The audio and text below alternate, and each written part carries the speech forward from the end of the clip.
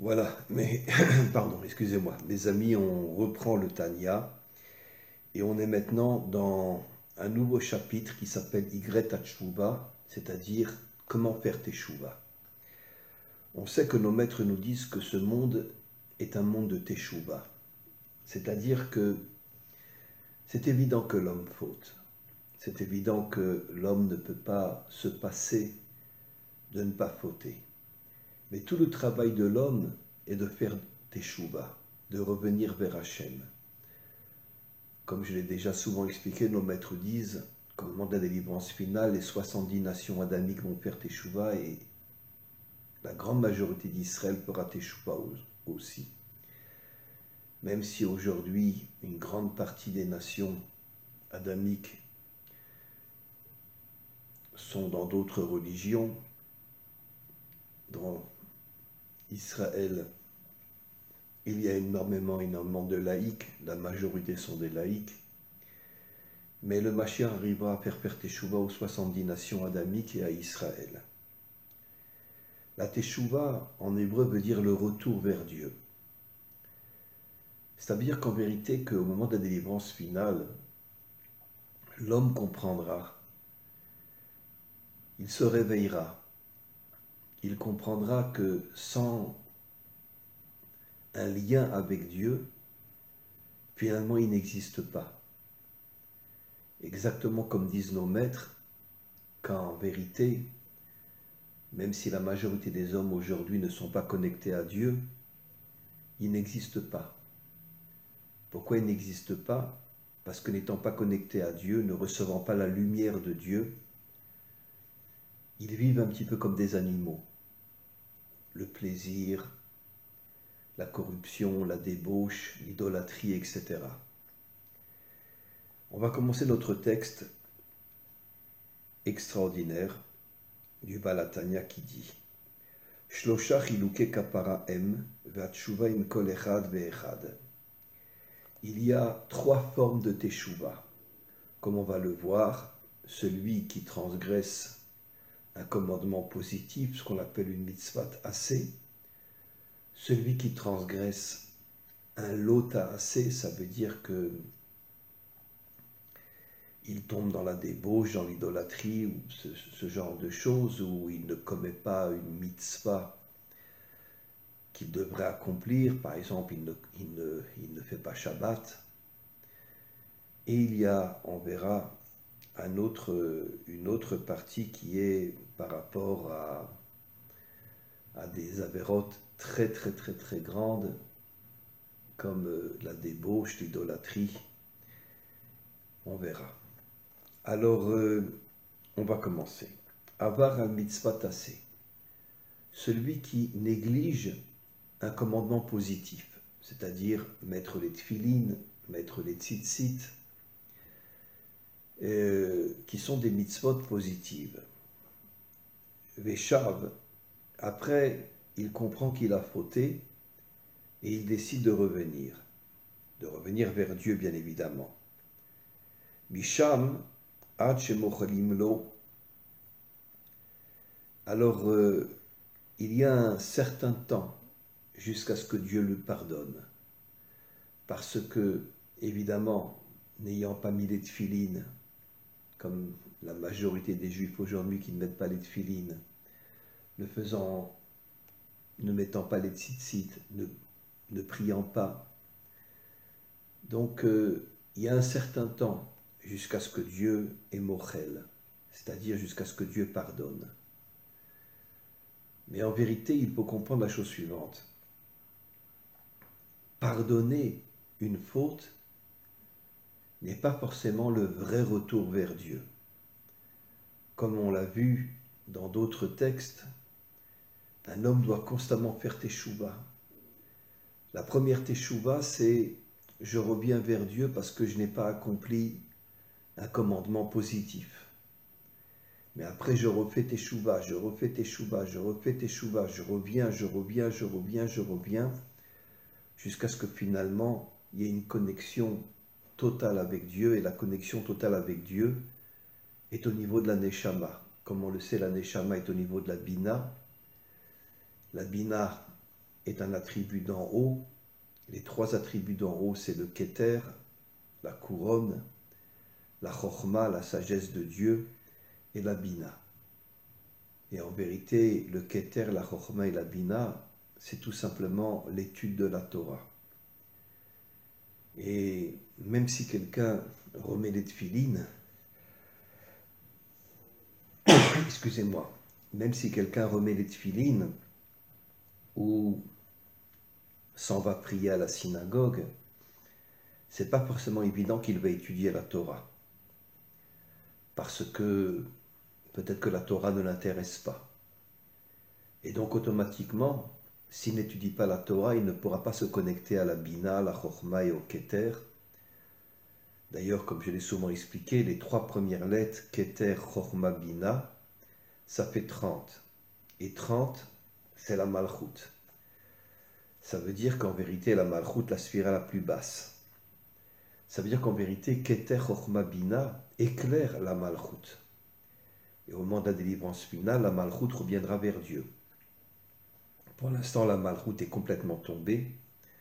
Elle est entre les mains des méchants, ce qu'on appelle la politique. Et le Mashiach lui ramènera la Malchut vers Dieu. C'est pour ça, encore une fois, que Kaf, Chet et Bet, ça fait 30, qui fait allusion à la Malchut, comme disent nos maîtres, que la Malchut s'acquiert en 30 niveaux. Et donc, si quelqu'un n'étudie pas la Torah, il ne peut pas vraiment revenir vers Dieu. Ce qui veut dire que Dieu lui pardonne, mais il n'y aura pas un véritable retour vers Dieu. Et donc, tout le travail de l'homme, c'est bien sûr d'accomplir les commandements divins, mais surtout d'étudier la Torah. Parce que l'étude de la Torah le connecte au Keter, à la Chochma et à la Bina, qui sont les trois sphirotes du haut, qui cachent en vérité ce qu'on pourrait dire l'infini de Dieu. Quand un homme étudie la Torah d'une manière authentique, alors il se connecte avec l'infini de Dieu. Parce que ces trois sphirotes-là représentent l'infini de Dieu. La différence des 7 sphirotes du bas qui sont dans la matière. Et donc elles sont très limitées. Mais la Torah contient le Keter, la Chochma et la Bina, qui correspondent encore une fois à l'infini de Dieu. Et quand un homme étudie la Torah d'une manière authentique, à ce moment-là, il reçoit une lumière inimaginable en lui, qui lui permet justement de faire une véritable teshuva, pas seulement que Dieu lui pardonne ses fautes, mais il revient véritablement vers Dieu grâce à l'étude de la Torah. On continue.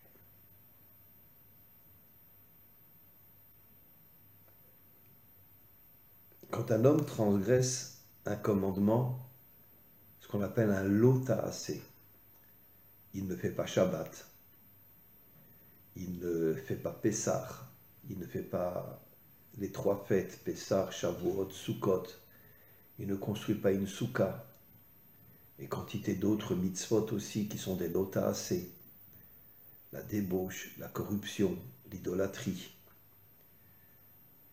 Alors, le Balatania dit, Veshav Betshuva, il prend conscience que finalement il a fait des fautes inimaginables en ne respectant pas Shabbat, en ne respectant pas les 3 fêtes, en se débauchant dans la corruption, dans l'idolâtrie.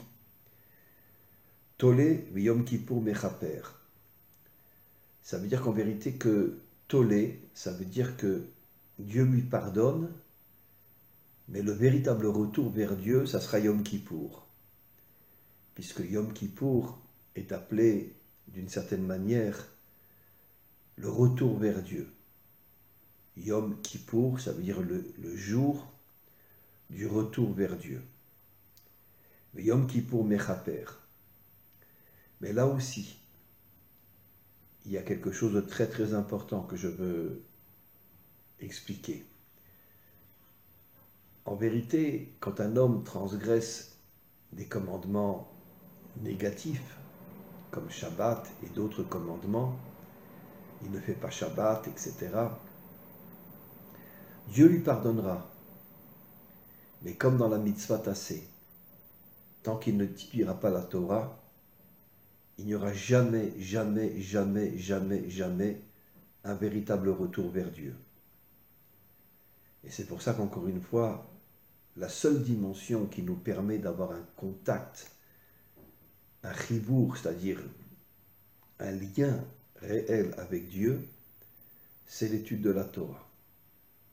Comme je l'ai souvent expliqué, quand Dieu a proposé la Torah à Israël, il l'a proposé aux 70 nations adamiques aussi, puisqu'on est de la même famille, on est tous des descendants d'Adam et Ève. Mais les dirigeants n'ont pas voulu qu'ils reçoivent la Torah, parce qu'ils voulaient rester à leur tête. Et donc, finalement, le Mashiach redonnera la Torah aux 70 nations adamiques. Les 70 nations adamiques chasseront tous les méchants qui sont à leur tête, et les 70 nations adamiques se lieront à Israël. Israël aussi chassera tous les politiciens, tous les hommes d'affaires, etc. Et le seul qui dirigera le monde, ce sera Dieu. On continue.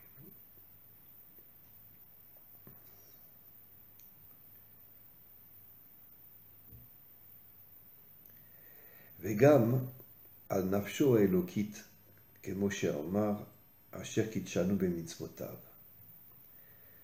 Quand un homme accomplit les commandements positifs, quand un homme accomplit les commandements négatifs, et surtout quand il étudie la Torah, à ce moment-là, asher kideshanu bemitzvotav, l'homme est sanctifié. Ça veut dire que l'homme reçoit une lumière inimaginable grâce à l'accomplissement des commandements et surtout grâce à l'étude de la Torah. Aval inyan tshuva af shemochalim lo haonesh al mered bemalchuto velo asa ma'amar hameler mikol makom haor nehedar. Le Baal HaTanya dit quelque chose d'extraordinaire. La première teshuva, c'est « je regrette de ne pas avoir accompli les commandements divins ». Mais tant que tu n'étudies pas la Torah, tu n'as pas de lumière en toi. Dieu te pardonne parce que tu es revenu vers lui. Mais si tu n'étudies pas la Torah, tu n'as pas de lumière en toi. Tu n'es pas véritablement un homme. Parce que la seule dimension qui nous donne véritablement de la lumière, c'est l'étude de la Torah. Mikol makom haor nehedar, la lumière disparaît complètement. Alpi ma'avot lo yochal letaken, zeshebitel, les mitzvot. Donc, ma'avot lo yochal letaken, tu ne pourras pas réparer véritablement ton retour vers Dieu tant que tu n'étudieras pas la Torah. De'af shenizhar me'ata likrot kriyat shema, même si un homme, je parle des commandements positifs, fait le kriyat shema, Shema Israël, Hashem Elokeinu, Hashem Echad, il accomplit toutes les mitzvot, mais s'il n'étudie pas la Torah, Dieu lui pardonne. Mais pardonner ne veut pas dire le retour véritable vers Dieu. Le Baal HaTanya dit quelque chose d'extraordinaire. Quand un homme n'accomplit pas une mitzvah positive, il y aura un certain temps jusqu'à ce que Dieu lui pardonne, mais le mal ne rentre pas en lui. Par contre, celui qui néglige une mitzvah négative, qui ne fait pas Shabbat, qui ne fait pas les 3 fêtes, qui tombe dans la débauche, dans la corruption, dans l'idolâtrie, là, le mal rentre en lui. Al-Yedeh shenidbak hara benafsho, le mal rentre dans son âme, au sepgam, et le mal détruit complètement son intériorité. Les mala mishorsha ou mekor chutzva, et il y a une déconnexion totale entre l'âme et le corps. C'est ce qui se passe aujourd'hui. La majorité des hommes sont déconnectés de leur âme. Il y a une déconnexion totale, mais c'est surtout quand on fait une mitzvah lota assez. Ça veut dire que tu tombes dans la débauche, dans l'idolâtrie, dans la corruption. Tu ne fais pas Shabbat, tu ne manges pas kasher. Ne pas manger kasher, c'est aussi une faute terrible. Deminayu parahit nishmatin, l'âme se déconnecte du corps. L'écart en kapara le nafsho. C'est pour ça que, à partir du moment où l'âme se déconnecte du corps, même si l'homme fait teshuva, l'âme n'est pas encore reconnectée au corps. C'est ce qu'on appelle la mort. L'âme monte en haut et le corps est enterré en bas jusqu'à la délivrance finale, parce qu'il n'y a pas vraiment une vraie connexion. Bien sûr, chez les tzadikim, chez les justes authentiques, il y a une connexion entre l'âme et le corps, mais la majorité des hommes n'ont pas de connexion entre l'âme et le corps, et c'est pour ça qu'on meurt tous, même les tzadikim meurent. Même s'ils ont une connexion entre l'âme et le corps, depuis la faute de Adam et Ève, tout le monde meurt. Il y a une déconnexion totale entre l'âme et le corps. Velo le ma'ala ad yom kippour, vechiper ala kodesh metumat beni Israël. Encore une fois, le Baal HaTanya revient et dit que Yom Kippour permet de faire une teshuva totale vers Dieu. Et à ce moment-là, on chasse le mal qui est en nous. Si on fait un vrai Yom Kippour, bien évidemment que à Yom Kippour on ne mange pas, on jeûne et on doit être à la synagogue toute la journée de manière à revenir vers Dieu. Et donc, la reine en lilmod mikan shum kula. Et donc, le Baal HaTanya est quelque chose d'extraordinaire. Si un homme ne fait pas vraiment Kippour, je ne dis pas qu'il mange à Yom Kippour, mais bon, il ne va pas forcément à la synagogue, etc., il ne reviendra pas vers Dieu. V'adraba, amrou razal, viter gazuro à la vodazara, afshe'en kritot ou mitot. L'idolâtrie, comme on le sait, est l'une des fautes les plus graves, comme la débauche et la corruption. C'est la troisième partie. Et donc, l'idolâtrie, même si un homme revient vers Dieu et abandonne l'idolâtrie, malgré tout, encore une fois, le retour vers Dieu prendra énormément de temps jusqu'à ce que l'homme puisse revenir vers Dieu. Avar al kritot ou mitot beddin teshuva yom kippur tolim v'yisurim barkim. Quand un homme transgresse un karet, c'est-à-dire c'est quoi un karet? Une déconnexion totale entre l'âme et le corps, et les trois plus grandes fautes, disent nos maîtres, c'est le meurtre, la débauche et l'idolâtrie. Quand un homme commet ces trois fautes-là, même s'il n'en commet qu'une, la débauche, l'idolâtrie ou le meurtre, à ce moment-là, même Yom Kippour ne pourra pas le sauver. Il aura des souffrances énormes, V'yesurim et markim. Il aura des souffrances énormes, c'est-à-dire des épreuves énormes pour pouvoir le purifier, parce que les trois fautes qu'il a fait, l'idolâtrie, la débauche et le meurtre, rentrent en lui un mal inimaginable, et donc pour qu'il puisse faire véritablement teshuva, il faut qu'il y ait des épreuves, qu'il surmonte ces épreuves, qu'il soit un homme fort, et à ce moment-là, en surmontant ces épreuves, il pourra faire une véritable teshuva. Qui kapara ou la shon qui noir chez Mekanear l'ichlur, la kapara, le retour vers Dieu, nettoie toutes les saletés qui sont dans le corps à cause des fautes qu'on a commises. Et donc, en se nettoyant, je parle des fautes graves, encore une fois, en se nettoyant, quand l'homme revient véritablement vers Dieu, il chasse le mal qui est en lui, et à ce moment-là, il revient vers Dieu. On continuera ce texte merveilleux. Amen et Amen.